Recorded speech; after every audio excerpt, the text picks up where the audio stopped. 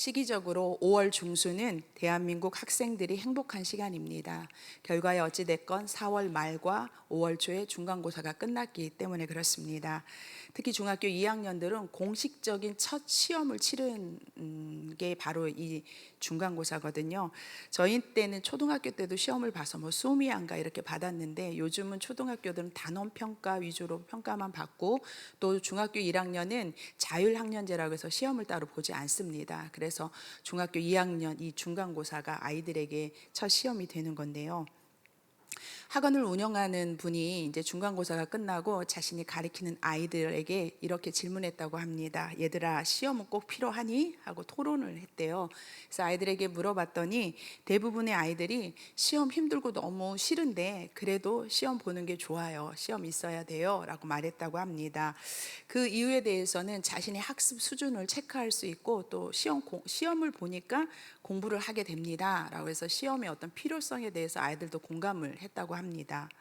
경쟁 사회에서 우리는 시험을 피해서 살아갈 수 없는데요. 그럼 시험이 아예 없다면 어떨까요? 여기 학부모님들 계시는데 아예 시험이 학교에서 없어지면 공부해라 마라 이런 말 안 해도 되니까 좋을 것 같지 않습니까? 그런데 꼭 그렇지만은 않을 것 같아요. 시험 없는 세상은 천국일 것 같지만 동기부여가 되지 않아서 우선은 열심히 떨어질 것 같고요. 그리고 상급 학교에 진학하거나 그리고 직장에 취직할 때 이 시험이 없으면 부모의 배경이 중요해지지 않을까, 그런 부작용이 좀 더 생기지 않을까, 그런 생각을 합니다. 시험 자체는 피하고 싶지만 시험 때문에 오늘을 좀 더 성실하게 살아갈 수 있고 기회 제공이 넓어지는 장점이 있게 됩니다. 그래서 시험은 스트레스지만 꼭 필요합니다. 이 땅을 살아가는 모든 사람이 피해갈 수 없는 시험이 우리 누구에게나 다 있는데, 바로 나중에 하나님 앞에서의 심판입니다. 믿지 않는 사람들이 하나님의 날을, 그 재림의 날을 부인하더라도 그날은 반드시 오게 될 것이고, 이 땅의 모든 사람들은 하나님의 심판을 피해갈 수 없습니다. 심판도 시험처럼 우리가 없었으면 하지만, 그렇지만 하나님의 심판 때문에 오늘을 신앙 안에서 사는 이유가 됩니다. 초대교회 거짓 교사들이 예수님의 재림은 없고 그래서 심판도 없다고 성도들을 유혹했습니다. 그들이 늦어지는 재림에 지쳐서 실족한 게 아닙니다. 뭐냐면 경건하지 않은 세상의 그 정욕을 쫓았고 또 그 죄를 합리화하기 위해서 재림도 없고 심판도 부인했습니다. 돈과 성적 쾌락을 쫓는 것은 인간이 누려야 할 자유라고 이야기하면서 경건하게 살아야 할 성도들을, 그리스도인들을 잘못된 길로 유혹했습니다. 이에 사도 베드로는 하나님의 시간과 사람의 시간은 다르다. 시간 안에 있는 사람이 시간 밖에 있는 하나님을 측정할 수 없음을 이야기하면서, 예수님이 약속하신 이 재림이 너희들 생각할 때 자꾸 늦어지는 것 같지만 그것은 바로 하나님의, 예수님의 사랑하십니다. 한 영혼이라도 더 돌아와서 회개하기를 원하시기 때문에 그 시간을 주신다는 것입니다. 너희들이 부인하는 예수님의 재림, 곧 주의 날은 도둑같이 반드시 올 것이라고 베드로 사도가 그들에게 말했습니다. 성도 여러분, 재림은 언제나 논란의 화두입니다. 과연 재림이 일어날 것이냐, 아니면 꾸며낸 이야기냐, 재림이 있다면 언제이냐, 이게 많은 사람들의 어떤 화두였습니다. 재림이 있냐 없냐의 문제를 놓고 교회는 거짓 교사들과 세상과 싸워야 했고, 재림의 때가 이때다 저때다 말하는 이단들과 싸워야 했습니다. 재림이 이렇게 논란이 되는 것은 우리가 읽는 이 성경 대부분의 이야기들이 이루어진 이야기인데, 이 재림은 아직 일어나지 않은 미래의 이야기이기 때문, 미래의 일이기 때문입니다. 그리고 무엇보다 이 재림이 왜 화두가 되냐면, 왜 중요하게 여기냐면, 그날에 하나님의 심판이 있기 때문에 사람들이 재림에 대해서 아주 민감합니다. 구약 성경에는요, 예수님의 초림, 예수님의 오실 것을 약 350회 정도 약속하고 있어요. 그리고 이 예언의 말씀을 구약 성경에 말씀하신 그 이 예언의 말씀을 믿고 유대인들은 오실 메시아를 학수고대했고, 그리고 하나님은 약속하신 대로 이 예수 그리스도를 이 땅에 보내주셨고 우리를 죄에서 구원하셔서 영생에 들어가게 하셨습니다.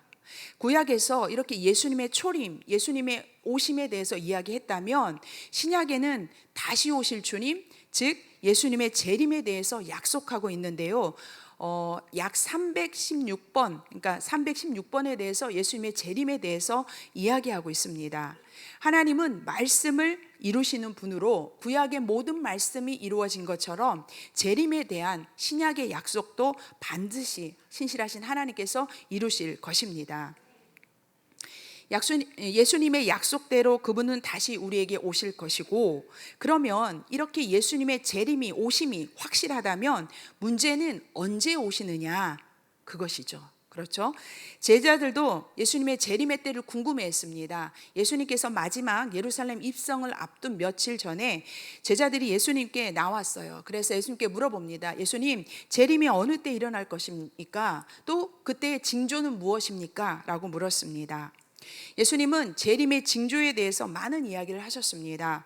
먼저는 거짓 그리스도와 거짓 선지자가 나타날 것이고, 그리고 세계 도처에서 난리 소문이 나고, 또 나라와 나라가 전쟁이 나고 민족과 민족 간의 전쟁이 일어날 것이다 라고 말씀하셨고, 극심한 배고픔이 있고 또 지진이 일어날 것이라고 말씀해 주셨어요. 그런데 그 말씀을 하시면서 그때는 언제인지 예수님도 모른다고 그렇게 말씀하셨습니다.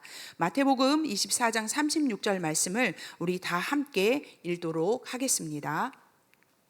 그러나 그 날과 그때는 아무도 모르나니 하늘의 천사들도 아들도 모르고 오직 아버지만 아시느니라. 아멘. 재림의 때는 하나님의 시간에 하나님께서 결정하시기 때문에 천사도 모르고 예수님도 모르십니다. 예수님께서 우리에게 재림의 징조에 대해서 자세하게 말씀하신 것은 우리가 예수님의 그 때는 모르지만 징조를 보고 때가 가까워 왔음을 알라는 것인데, 사람들은 그럼에도 불구하고 자꾸 재림의 때가 언제냐 여기에 관심을 갖습니다. 우리가요, 새가 낮게 날고요, 개미가 무리를 지어서 이동을 하면 비가 오겠구나 이렇게 예상을 합니다. 그렇죠? 그런데 나는 집에만 있어서 새도 못 보고 개미도 못 보겠다 하는 사람들은 안방에서 들려오는 어머니의 아이고 삭신이 아프다, 여기저기 아프다 소리 들으면 10중 8구 비가 옵니다. 우리는 이 재림의 징조를 보고 때를 알듯이 비록 재림의 때가 언제인지 정확하게는 알 수 없지만 성경에서 알려주는 이 재림의 징조를 보고 주님 오실 때가 되었구나 라고 분별할 수 있어야 합니다. 20세기, 우린 지금 21세기를 살잖아요. 20세기는요, 세계적으로 시한부 종말론이 대두됐던 그런 때입니다. 밀레니엄 시대 2000년을 넘어가기 전에 뭔 일이 일어날 것 같아서 정말 그때는 많은 어떤 이 시한부 종말론들이 이게 대두되었는데, 미국에서도 1981년 4월 28일 휴거가 일어날 거다 했었어요. 그리고 1994년 9월에 예수님이 재림하신다 해서 미국 사회가 동요가 됐습니다. 그런데요, 아무 일도 일어나지 않았습니다. 우리나라도 정말 생생하게 기억이 나요. 1992년 10월 28일 다미선교회가 휴거한다고 그래서 1000명 정도의 그 다미선교회 그 성도들이 하얀 승천복을 입고 기다리고 막 방송국이 막 거기 다 달려갔던 거 기억나시죠? 그런데 휴가는 일어나지 않았습니다. 사람들은 재림의 때는 아무도 모른다라고 말씀하신 이 성경 말씀에는 귀를 기울이지 않고 거짓 선지자들이 일어나서 지적한 때를 쫓아서 그러므로 자신의 직업도 버리고 자신의 재산도 버리고 그리고 가족도 버리면서 재림을 쫓았던 시절이 있습니다. 제가 1980년대에 중고등학교를 다녔는데 그때는 사람들이 정말 이제 아까도 말씀드렸듯이 2000년 전이라서 재림에 대해서 관심이 많았어요.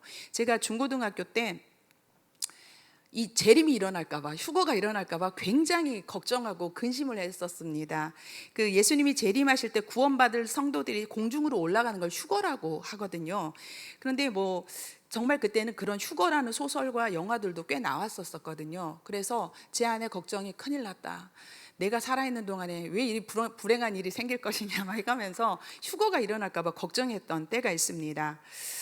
전 그때 구원받을 자신이 없었습니다.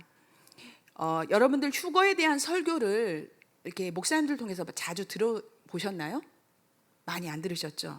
성결교회를 다니신 분들은 휴거 설교 잘 못 들었을 거예요. 왜 그러냐면 예수님의 재림이 천년 왕국을 두고 예수님의 재림이 전에 오냐 후에 오냐를 따져서 전천년설, 후천년설, 무천년설 이렇게 나뉘어요. 근데 우리 교회가 속한 성결교단은 역사적 전천년설을 주장을 하거든요. 근데 이 역사적 전천년설에는 휴거가 없습니다. 세대적 전천년설에서는 휴거를 주장을 하고 뭐 후천년설, 무천년설에는 휴거 얘기가 없어요. 그래서 뭐 성결교단 목사님들은 휴거에 대한 얘기를 많이 하지는 않습니다. 그런데 여기서 휴거가 중요한 게 아니에요. 휴거가 뭐 들리는 게 있냐 없냐 이게 중요한 게 아니고 예수님이 재림한다는 이 사실이 가장 중요합니다. 마태복음 24장에는 예수님이 말씀하신 재림의 징조에 대해서 아주 자세하게 기록해 놓았는데요. 앞에서도 말씀드렸듯이 그 거짓 선지자가 나타나서 내가 그리스도야, 내가 재림주야 라고 사람들을 미혹하겠고 또 이곳저곳에서 난리 소문이 날 것이며 민족과 그리고 나라 간에 전쟁이 일어나고 기근과 지진이 있을 거라고 하셨는데 이런 일이 일어나면 재난의 시작인 줄 알아라 라고 예수님께서 말씀하셨습니다. 그리고 이제 그리스도인들이 핍박을 받고 그리고 사랑이 식어지고 불법이 더 성행하는 때가 오면 그리고 복음이 온 세상에 다 전파되면 이때는 재림의 끝인 줄 알아라 라고 예수님께서 말씀하셨습니다. 그러면 이러한 징조가 우리에게 지금 임했느냐가 중요한데 위에서 열거한 그 얘기들을 들으시면서 여러분도 느끼셨죠? 이미 그러한 일들이 우리 안에 다 일어나고 있다는 사실입니다. 재림주를 자칭하는 사람이 지금도 판을 치고 있죠. 쉽게는 뭐 이만희 그리고 안상홍 그렇죠. 그리고 뭐 얼마 전에 막 떠들썩했던 정명석 이런 사람들이 다 자신이 재림주라고 얘기했던 거거든요. 그리고 이런 사람들이 자신이 그리스도라면서 많은 사람들을 미혹했고 그리고 거기에 빠져서 가정과 그들의 인생이 파탄난 사람들이 많이 있습니다. 또한 지금 이 시간에도 같은 민족끼리 내전을 벌이고요. 그리고 나라와 나라가 큰 전쟁을 벌이고 있는 소식을 우린 지구 반대편에서도 듣고 있습니다. 또한 TV를 켜면 정말 요즘 이거 많이 나오죠. 이렇게 큰 눈을 한 그 깡 마른 아이들이 먹을 것이 없어서 죽을 지경이라는 그런 얘기를 들어요. 우리는 배불러서 죽는다고 그러는데 한쪽에서는 배가 고파서 죽는 일이 지금도 이 기근이 일어나고 있습니다.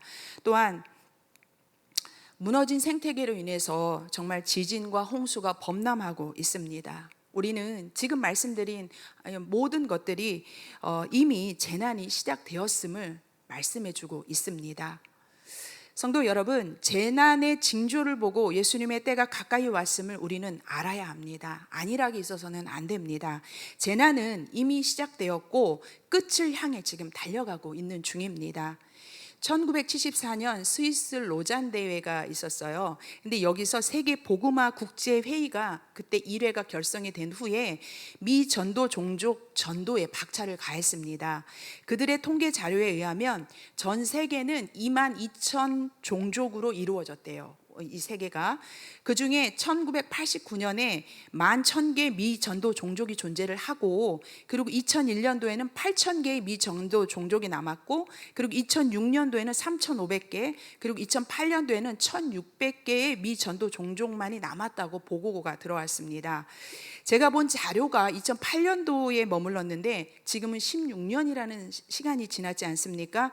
그러니 미 전도 종족은 얼마 많이 남지 않았을 거예요. 이 말은 모든 민족에게 복음이 전파되리니 그제야 끝이 올 것이라는 예수님의 말씀이 이루어질 날이 얼마 남지 않았다는 이야기입니다. 주님은 불시에 들이닥치는 도둑같이 은밀하게 우리에게 오실 것입니다. 밤이 오면 우린 잘 수밖에 없습니다. 그렇지만 등잔에 기름을 준비한 지혜로운 다섯 처녀처럼 우리는 언제라도 불을 켤 수 있도록 우리의 신앙을, 우리의 믿음을 준비해야 합니다. 이것이 주님의 날을 준비하는 성도의 자세입니다. 여러분, 종말이라는 원어의 뜻이요, 끝이라는 뜻이 있고요, 목적이라는 뜻 두 가지를 가지고 있습니다. 그래서 종말하고 생각하면 우리가 인류의 끝에만 관심을 갖는 것이 아니라 인류의 목적은 무엇인가에 대해서도 우리는 고민할 때 제대로 된 종말에 대해서 고민하는 것이 됩니다.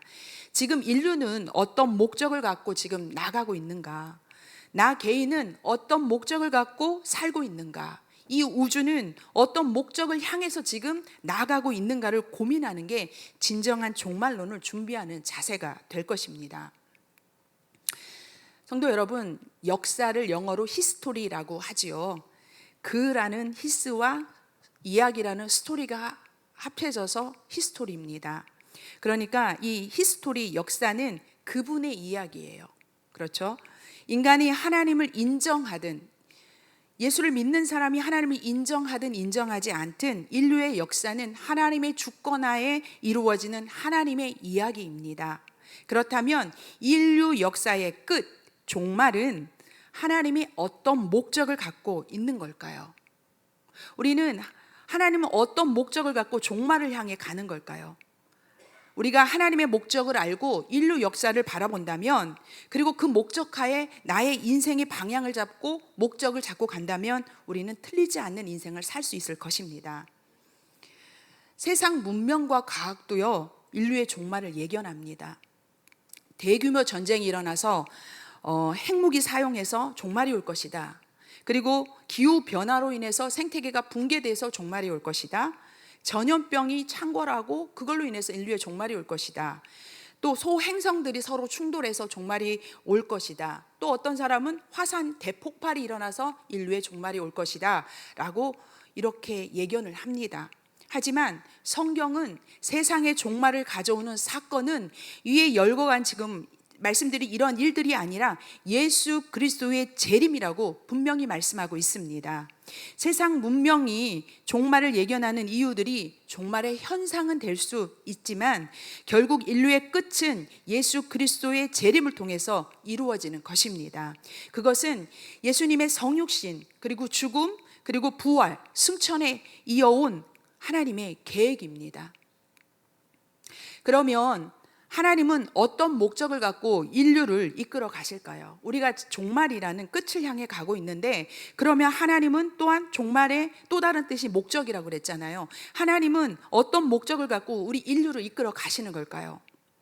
이 답 또한 우리는 성경에서 찾아야 하는데, 하나님은 예수님의 기도를 실현하시는 방향으로 역사를 이끌어 가십니다. 바로 주님 가르쳐 주신 기도 중에 나라가 임하시오며 뜻이 하늘에서 이루어진 것 같이 땅에서도 이루어지이다 라고 우리가 기도를 하죠. 하나님의 나라가 이 땅에 이루어지는 것이 역사의 목적입니다.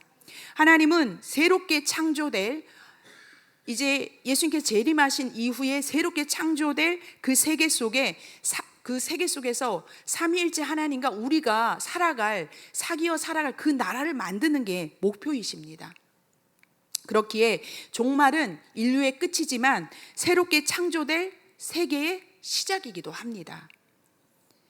주님이 오시는 재림의 날에 일어나는 현상이 있는데요, 우리 다 함께 3장 10절 말씀을 한 목소리로 읽도록 하겠습니다. 3장 10절 말씀입니다.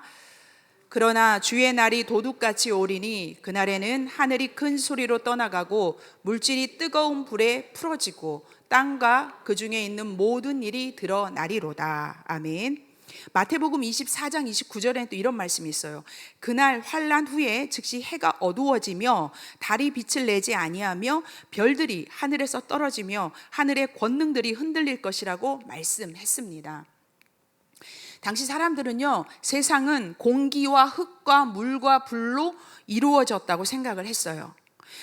오늘 본문에 하늘이 큰 소리를 내며 사라지고 물질이 뜨거운 불에 풀어진다라는 것은 세상을 구성했던 이 요소가 뜨거운 불에 풀어져서 다 사라져버린다는 그런 이야기입니다. 예수님의 재림 때 일어나는 첫 번째 현상은 우리가 보고 있는 하늘과 땅, 해와 달과 별 등 이런 우주적 요소들이 사라지게 됩니다. 제 말이 아니고 성경의 말입니다. 그런데 이상한 거는 왜 하나님이 사람이 아닌 당신이 지으신 우주가 심판을 받는 걸까요? 그것은 예수님이 재림하실 때 인간뿐만 아니라 하나님이 지으신 자연도 같이 심판을 받게 됩니다. 왜 그러냐면 하나님의 창조는 완전했습니다. 그런데요, 인간의 죄와 그리고 사탄의 권세로 인해서 이 땅에 이 하나님의 창조하신 세계가 부패되었어요. 그래서 완전하지 못하기 때문에 그렇습니다. 그래서 부패된 현재의 창조 세계가 사라져야 하나님의 나라, 새롭게 임할 그 하나님의 나라, 새하늘과 새 땅이 이 땅에 창조될 수 있기 때문에 그렇습니다. 앞에서 역사의 목적은 새롭게 창조된 그 세계 속에서 삼위일체 하나님과 사귀는 나라가 만들어지는 게 하나님 역사의 목적이라고 말씀드렸습니다. 현재의 부패된 자연 세계가 사라져야 새하늘과 새 땅이 임할 수 있습니다. 그래서 그곳에서 우리들이 하나님과 사귀어 살 때 하나님이 목표하신 역사가 완성되어지는 것입니다. 현재의 창조 세계가 심판을 받는 것처럼 우리 인간 개개인도 하나님 앞에 심판을 받아야 합니다. 심판 후에 우리가 정결한 자만이 새 하늘과 새 땅에 들어갈 수 있기 때문에 그렇습니다. 성경은 한 번 죽는 것은 사람에게 정해진 것이고 그 이후에는 심판이 있다라고 말씀했고, 고린도 후서 5장 10절은 우리가 다 반드시 그리스도의 심판대 앞에 나타나게 되어서 각각 선악간에 그 몸으로 행한 것을 따라 받으려 한다고 심판의 절대성을 이야기합니다.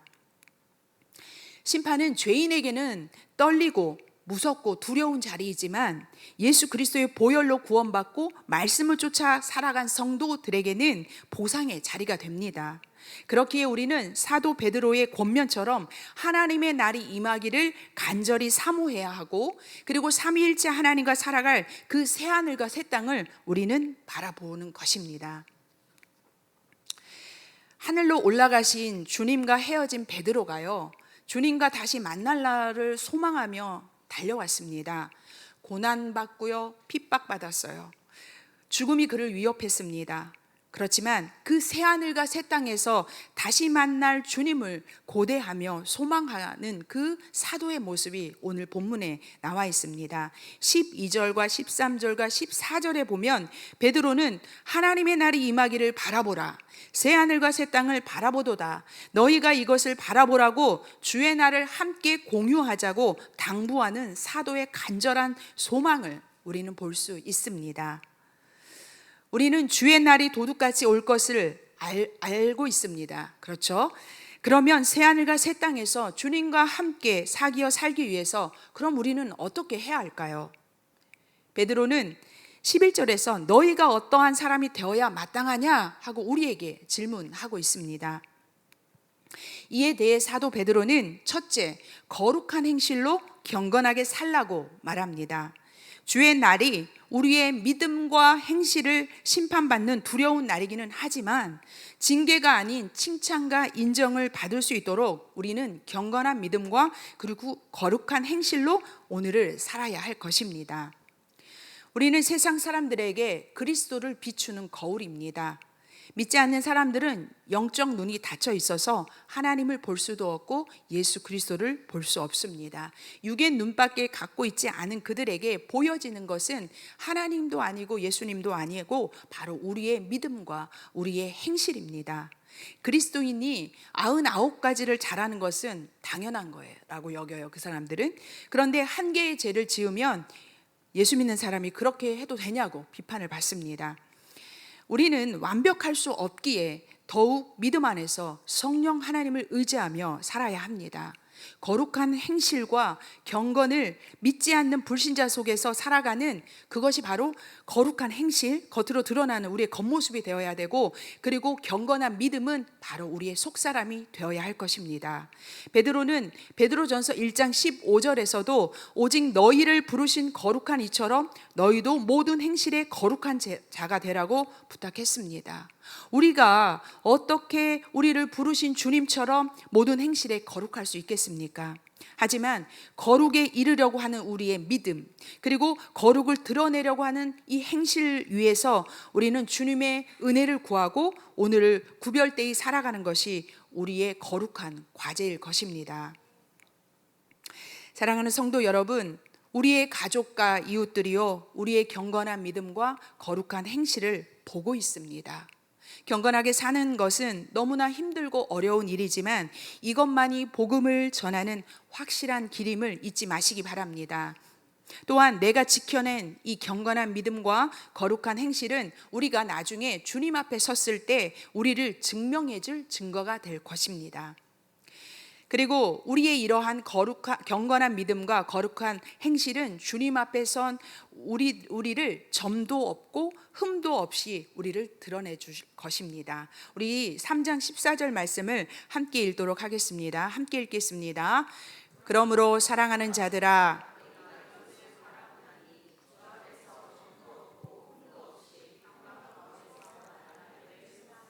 아멘.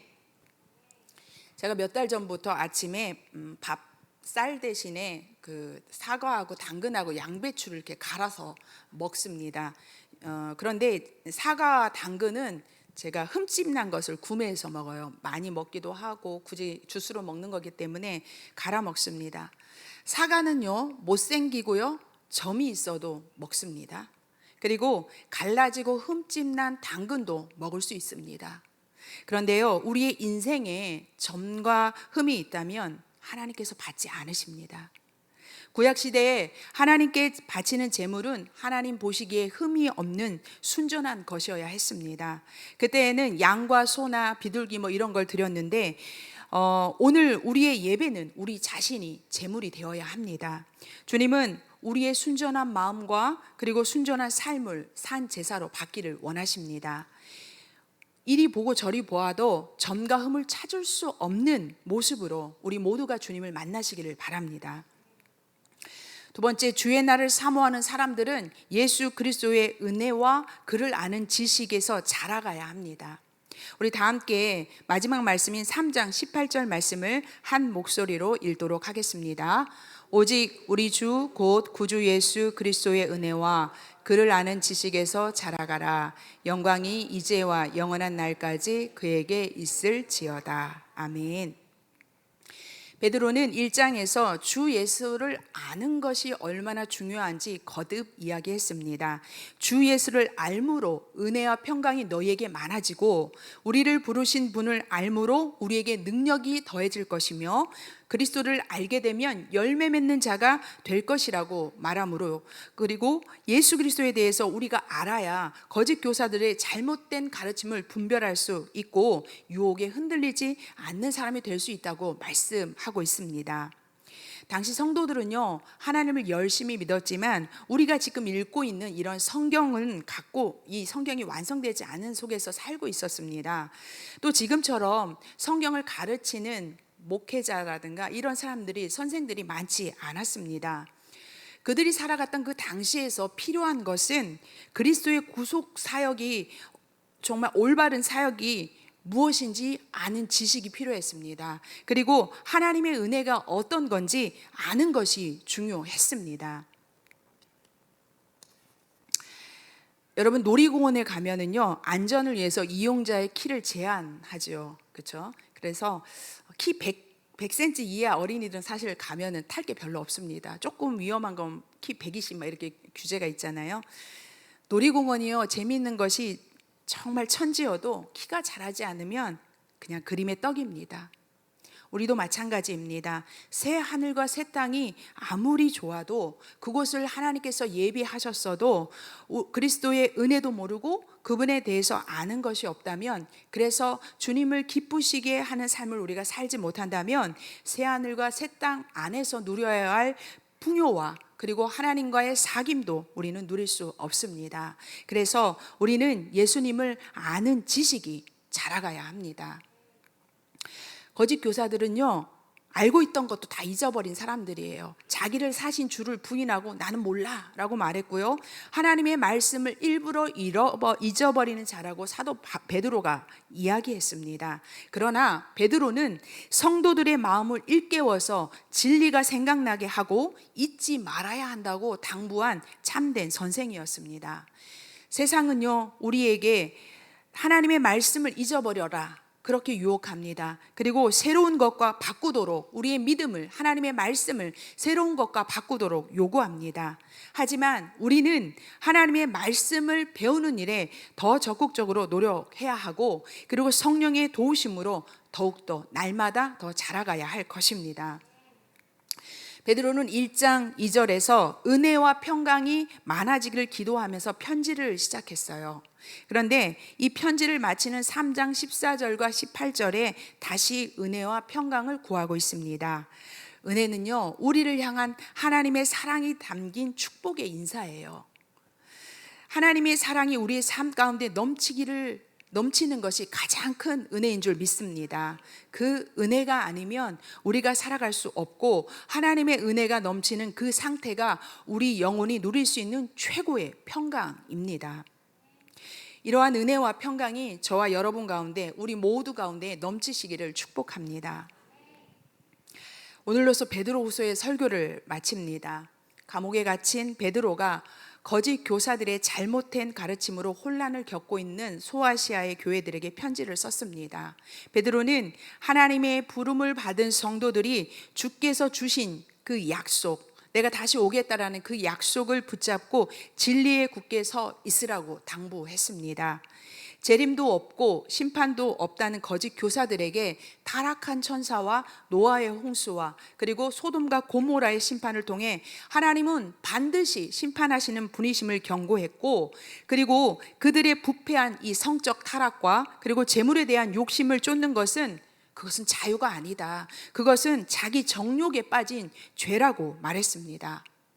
그러므로 소아시아 교회 성도들은 늦어지는 재림은 오히려 우리를 향한 하나님의 사랑인 것으로 알고 불시에 임하는 주님의 날을 바라보고 사모하라고 권면하고 있습니다. 주께서 예비하실 새 하늘과 새 땅에 들어가기 위해서는 경건한 믿음과 거룩한 행실로 점도 없고 흠이 없는 삶이 되어야 할 것이며, 예수 그리스도의 은혜와 그분을 아는 지식이 날마다 자라길 축복하고 있습니다. 성도 여러분, 베드로의 이러한 권면의 말씀은 많은 이단이 성행하고 정욕에 사로잡혀서 물질 만능과 성적 타락이 가득한 이 시대를 살아가는 오늘날 그리스도인들에게 꼭 필요한 말씀입니다. 2000년이 지났지만 죄의 형태와 정도는 별반 다르지 않습니다. 역사는 계속 흘러서 주님께서 약속하신 재림의 날, 종말을 향해 지금도 가고 있습니다.